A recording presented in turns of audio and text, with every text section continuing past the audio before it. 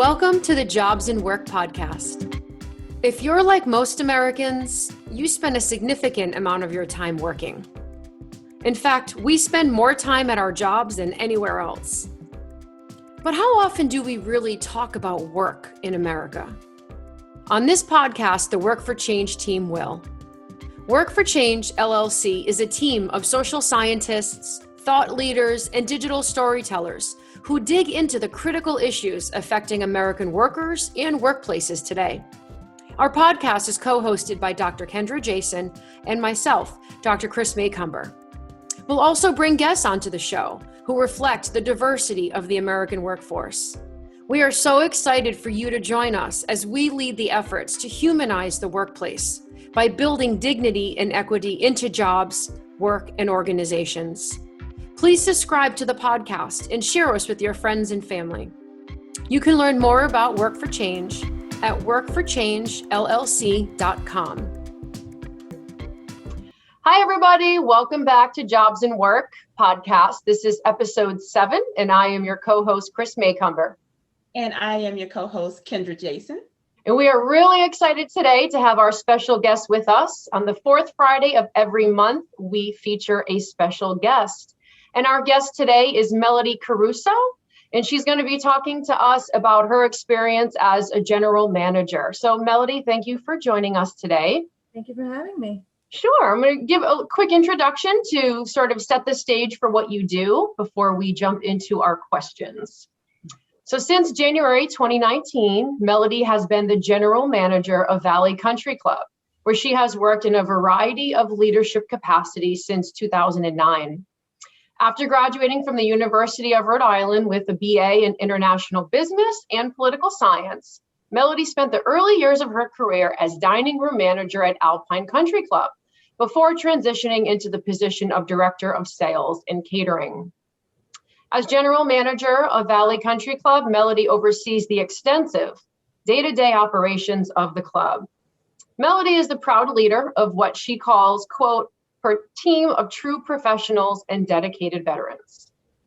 I would also like to add personally, as someone who has known Melodi for 26 years now, it's weird to say that, I have heard a lot about her work life over those years. And something that has been like a consistent theme for Melodi is how much she lifts her team up. Like whenever I point out to her how successful she is and how much she has accomplished in her career, she, like, without skipping a beat, she says, well, I have an awesome team. So, and I think that is like the true sign of a great manager and a really great leader.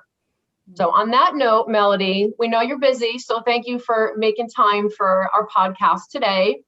And we're really happy to have you join us. Thank you. Thank you. I'm glad to be here. Yeah, so we would like to start with an overview question, because I'm going to go out on a limb here and say that most people are probably not familiar in a direct way with the country club context. Mm-hmm. So can you start by explaining how the country club environment is distinct and different from other dining and food services environments? Sure. So in a country club, we have a member base. So to be able to come here and dine and to play golf, you need to have a membership. So, you have that membership stature, you pay X amount of dollars and you get all the bells and the whistles that go along with that, So it's different from a hotel or just a public golf course where anybody can go. We have a captive audience. So it's always, pretty much the same people that we're servicing, over and over again. The only difference is with the events, we do allow anybody to have an event here. So, again, it's a very diverse group of people. You have, the general public who can come and have an event, or, if you're just running the restaurant or the golf operation, it's only the members. So that's the main difference. And I would think with members, like unlike being the general manager of a restaurant where the public is coming and going, like there's a revolving door of people who come back, you have like loyal customers. The people who you're serving are paying a monthly membership or yearly, right? So like I would think there's like an added level of of expectation from them, right? Because they're members rather than the public who can just say, I'm not going to go back there again, right? So is that like a constant, Well, sort it's of, always, yeah, you're always under pressure to make them happy because you have to see them again, and you can't tell them, sorry, if you don't like it, don't come back, which can be told to you at any restaurant, right? right? But the members, and they expect that, and they expect the good service. When they walk in the door, they want to be greeted by their name. They want the bartenders to know what their favorite drink is. They want that same, if they ordered, a chicken parmesan, for example, on Friday night, that next Friday, they want it to taste the exact same way. It's the consistency is very, very important. You're always servicing the same people. Right. That's interesting. Kendra, do you have anything? Yeah, I was thinking about, country clubs are like a secret world because they're membership based. And so what do you think are some of the most misconceptions about country clubs? You've been working in them for so long, and of course they have, a reputation or outside view. So what are some things that you've heard that you're like, that's not right? Yeah, so it's funny because this is, I've worked at another club too prior to being here, and they're both very different clubs. The other club, even though it was a golf and country club, just like Valley, they were more into the social stature. The former club I was at, it was about who's that guy? Does he have money? That's what it was all about. The employees were the help. And I'll never forget one of my first days here, one of the members asked, they requested something of me, and I said, absolutely, you're the boss. And they said, no, you are. And I was like, what?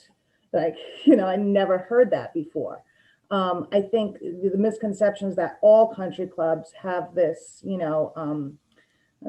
uppity, persona that, they think they're better than everybody else, which is not true. Our club specifically is more, they call it the working class club. Because, it is there, most of them work and they just love golf. And they like to drink too, which is good. Yeah, I think that would be a common misconception, for country clubs, probably, that they're all, you have to have a ton of money to belong to them, and you're better than everybody else if you belong to a country club. No, not true. Not true at all. I think that experience you had where someone, when you said you're the boss and they said, no, you are, I think that must have been like a neat culture shift for you to be like, I'm not at the old club anymore. And I would imagine there's other ways that is felt for you too, right? In terms of, how they interact with you, expectations. So yeah, definitely. Yeah. I would have to say, just my customer service skills between myself and my team. We have great customer service skills. So we just want to please the customer. But I think that, the first few years it was fresh for the members, but over time we kind of spoiled them. So it was expected, So, I think, when I was promoted to general manager, that was, a huge honor for me because they hadn't had a general manager here in years. Like it was, a club manager, which was what my position was when I was hired, and the board. So, when they gave me that title, I was, like I said, it was just a huge honor because it was like, wow, you want me to do this, granted, it definitely has its challenges. You run into instances with, certain board members, think that I had board members that quit the board and actually quit the club last year because they said I had too much control.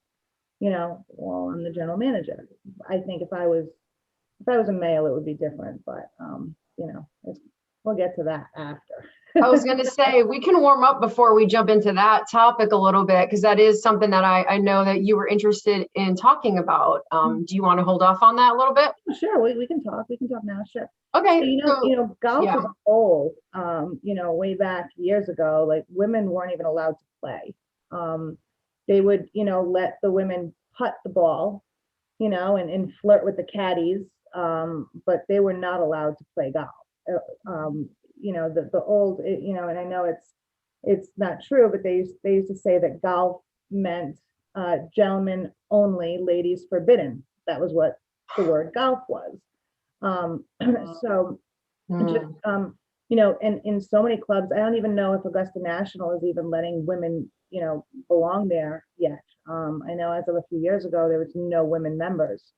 I remember when I was a waitress at Alpine, the very early years, I was the first female to work in the card room to service the men playing cards. It was like, oh my God, a woman's in here.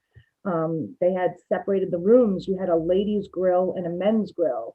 The men were allowed in the ladies' grill, but ladies were not allowed in the men's grill ever. When times changed a little, we had a divider wall and we would open that up on the weekend so the women could venture into the men's grill. And it was like, you would see the men's pride just drop when that wall opened. It was absolutely ridiculous. But I think that, that definitely has changed over time, but you still have, the member base, I would say, at most country clubs is predominantly, white men over the age of 60. So think about that, right? Right. And then you put a woman in the leadership role and it's like, I'm not listening to you, for you,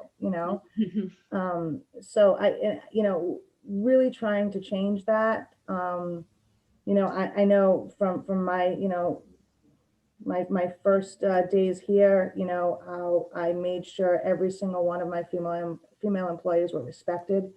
Don't any, man disrespect them. And how that can be challenging, especially when there's alcohol involved, just keeping them in line. And I really, I set the tone very early that, I wasn't going to allow that here at Valley. So yeah, I think that, it's definitely difficult, especially sitting in a boardroom with, all men, Well, the age thing too. So older men, older predominantly white men, right? And so that's like the respecting a younger woman who they see primarily as a woman. You know what I mean? That's your sort of like master status, right? Right. For them. So what's interesting, this whole country club context too, because male-dominated workplaces are common, but the clientele and the structure is not male-dominated. Like customers come into restaurants, right? And you don't have that, but in your space, you have that, right? It's like the leadership is male-dominated, the customer base is, but it sounds like they're less so than at your old club, right? Yeah, they are, I would definitely say. And, we do have female members. I mean, and, not as many, it's a fraction of the, compared to the male membership. But it's it is coming around a little bit, we try to do more for the women because they always feel slighted, in a man's club. Yeah, interesting.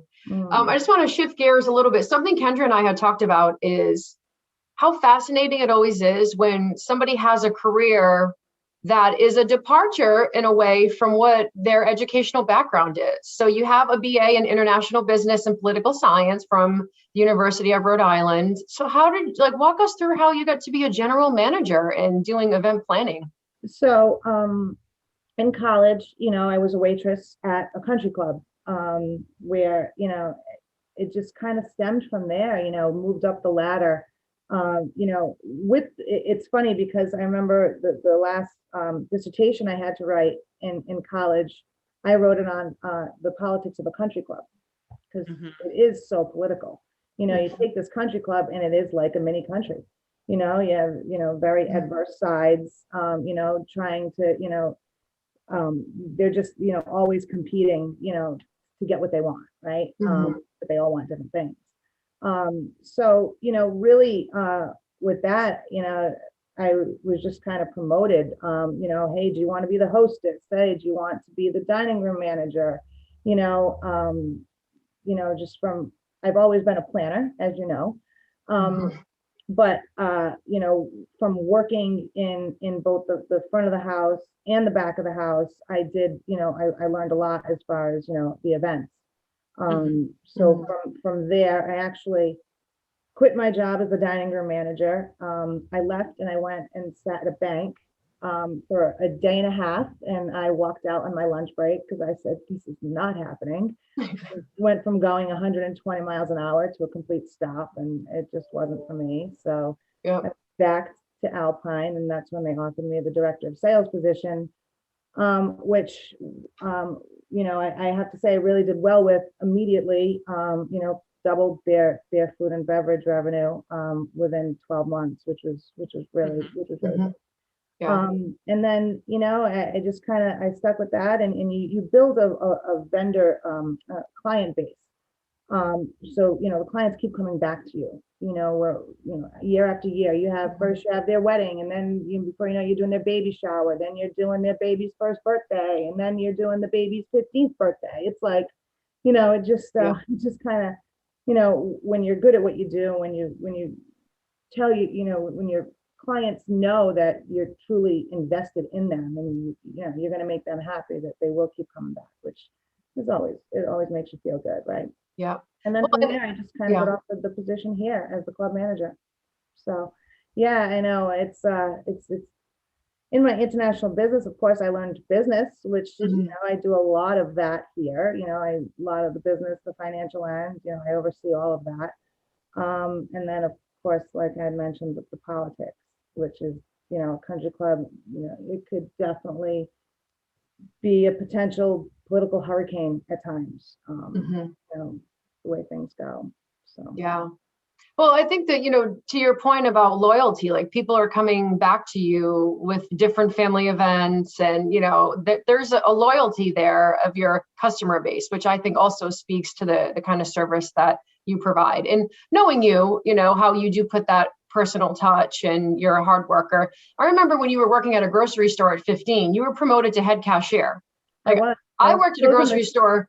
I got taken off it because my drawer was always weird. At the end of the night, it was never coming up the way it should.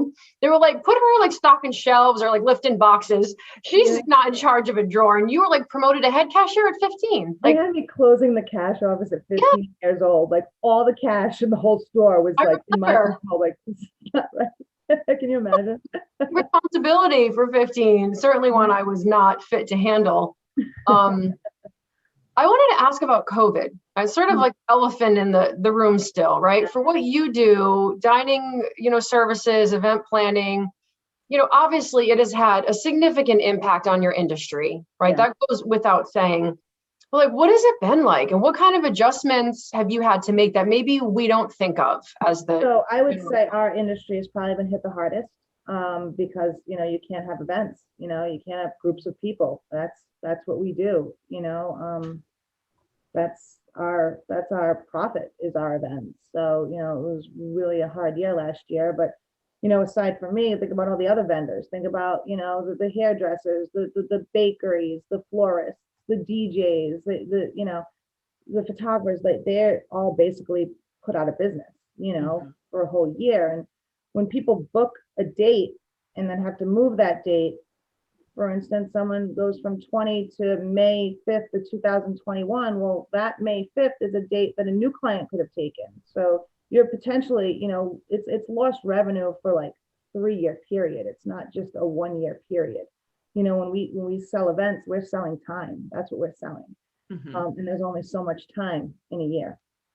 What people like these, the government, Department of Health, they don't understand is people in our industry, the restaurant industry, the hospitality industry, we've always been following, protocols for, food safety and health safety, and cleanliness. I mean, we've been doing that anyway. We've always done that. Mhm. But, as far as, the events now, they're starting to come back. But a lot of it just doesn't make sense. Everybody now has to show proof of a negative COVID test that was taken within 48 hours at the door. So we have to have now what they call COVID safety officers on site. So that would be, for instance, myself, my other managers will have to get trained to be a COVID safety officer to check negative tests at the door. And who am I? I don't know if a test is if someone fabricated that or not. I don't know if it's a real test. If someone brings a doctor's note that says that they don't need a test, how do I know that's a real doctor, signing that note? there's a lot right now that's you know, we're all struggling with. But and then once the, you know, the guest test negative and the wedding starts, there's still no dancing, there's still no walk-up bar service. So you have to have additional staff on the floor, and you're you know, for cocktail servicing and you know, just trying to keep people you know, at their tables all night. And if they're not at their tables, they have to have a mask on. And a lot of it, you know, doesn't make much sense to us. You know, if they all tested negative at the door, why do they have to have their mask on? Why can't they dance if they're all negative? I have a ballroom where I can actually feed 135 people if I do restaurant dining, because we're at 50% capacity, right? But yet I can only have 50 people in that same room if it's a wedding. It doesn't make sense. Like, none of it makes sense. And it's hard, you know, because, you know, I'm the one who has to relay these guidelines to the clients, and they're not happy, you know, and they take it out on me. And, you know, all I can say is, I'm sorry. I'm just trying to, you know, we have to follow the rules, you know, because it's the club's license on the line, and we're under high scrutiny, especially with everything we've been doing to try to get weddings back and events back. You know, the Department of Health is just walking in, you know, randomly very often.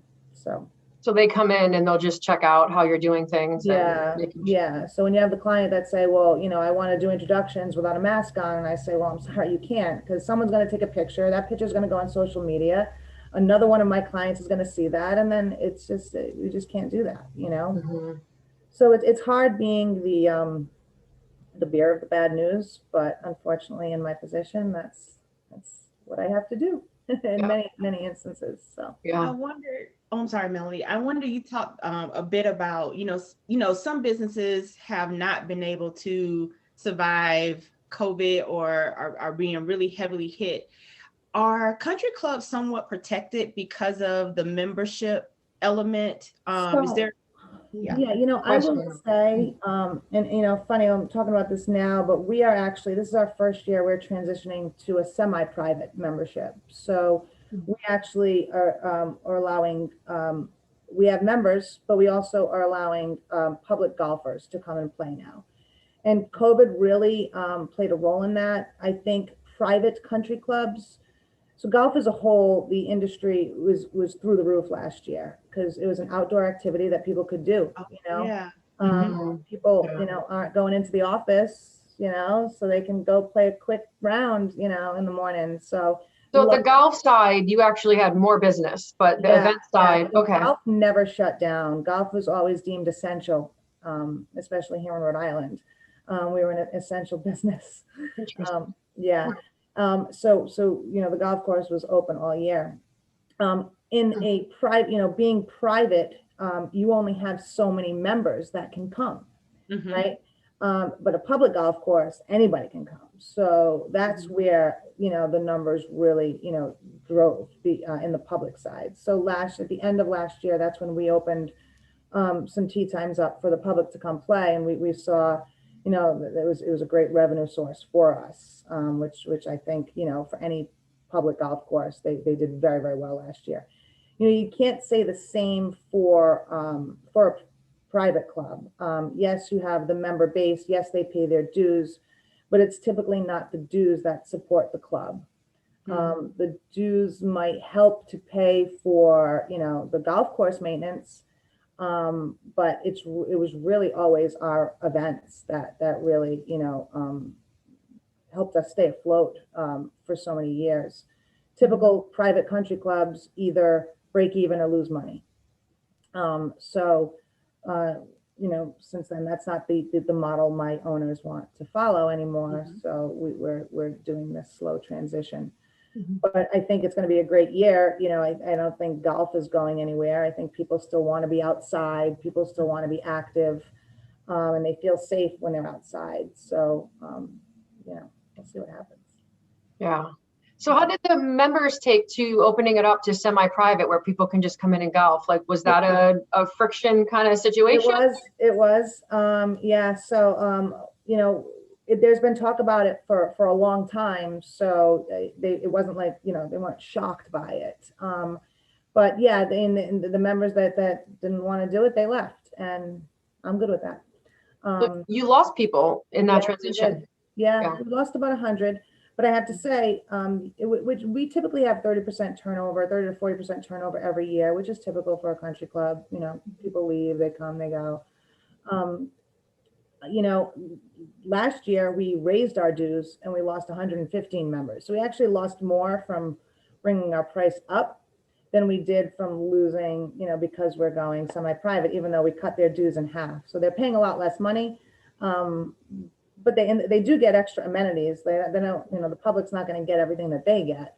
So they still get, you know, extra stuff. But yeah, it's very interesting to just see how, you know, okay, everyone's like, we're going to lose a lot of members this year. Well, we lost more last year, so Right, we're good with that. yeah. I have a question about, you know, sort of, we've talked about this a little bit already. You mentioned there's like the politics of the country club, and you know, historically, we know that country clubs have been exclusive, and that has been sites where, in terms of racism, like keeping people of color out, and as a way, because of this private membership, it's the way to secure one group of people, primarily white people. So given the moment we're in, where like racial justice is being centered in private and public conversation, what's the country club industry doing with that conversation about like racial prejudice? And you know, you don't see as much of it now. I will say like that's probably something else that derived from, you know, when country clubs were first established years and years ago. You know, it wasn't, they saw the people of color probably didn't have the economic clout to belong to a country club. So that's why they weren't members of the country club. So now, you know, excuse me, I will say, you know, Tiger Woods probably played a role in that too. But you do see more people of color, you know, not being afraid to join a country club. The percentage is very, very low. And I don't know if it's just, you know, perception of, you know, no, country clubs for white people. I don't really know. You know, I can't say what, you know, we welcome everybody here at Valley. I don't know what other clubs do. But you know, it's you can definitely see it changing, but just like everything else, it's a slow process, right? Well, and I would think in this economy, if you got the money and you want to pay to be a member, clubs are going to be like, we need the money, you know, and some clubs, unless they're staunchly racist clubs, right? Unless those are, you know, but right, it seems like it's more of a socioeconomic status factor right now, right? If you can afford it, they want you in there. Sure. Yeah, that's what it's all about. Yeah. So Kendra, before I have one more closing question, did you have any other? No. Okay. So I'm interested in your advice that you would give to people who might be starting out their career in event planning, or, you know, whether it's in the country club context or more broadly, you know, what advice do you have for those who are looking to forge their career? Would you recommend they do it? If you could do it again? Yes, so I would definitely, you know, say it's not easy. You know, there's not much of a work-life balance. You know, in this role, you know, as a general manager of a country club, which is probably why it was always a man's position, because the wife didn't want to work that much. You know, the wife needed to be home to take care of the kids. So, you know, she's not going to put in a 60, 70-hour work week. You know, gear up for that if that's something you want to do. It's definitely, you know, you're going to work a lot. You know, the golf, you know, if it's a nice day, you know, they're out there at 7 in the morning and they'll be out there till 8 o'clock at night, you know, in the heat of the summer. And then, you know, you have your restaurant, you have your events. Build a good leadership team. You know, my managers are, you know, they're my heartbeat. You know, it took me a while, but you know, I've learned to be able to delegate now and to be able to trust them to take on the roles. You know, when I'm not there. You know, I can't be as big of a control freak as I used to be, and you know, you really can't be in this position, or else you'll just burn yourself out. You know, and I never believed in that. Be ready to problem solve. Every day is a different problem, and you know, if you start, you know, freaking out over, you know, a little thing, you just find the solution. Every problem has a solution, and you just look to that solution, and you know, and you'll be okay. And you have to love people. If you don't love people, you can't do this job. You know, I've been a people pleaser since I was little. So that's, you know, that definitely helps me out, you know, in the day-to-day here. And you have to enforce, being a good enforcer on all technical, conceptual, everything. Just that's very important as well. So that's the advice that I would give them. It's a great skill set for you, Mel. You have all of those that you just said. Oh, and thank you for taking the time. I know you're really busy and you've got a lot going on, so we really appreciate you making time for the Jobs and Work podcast. And yeah, good luck in the rest of 21 with both the short and long-term fallout of COVID. Sounds like you all are trying to put it back together. So Yeah, we are. wish you luck. We'll be back. We'll be back. Thanks, So Mel. Thank Melody for again for spending some time with us and giving us some, you know, insight, a peek into the secret world of country clubs.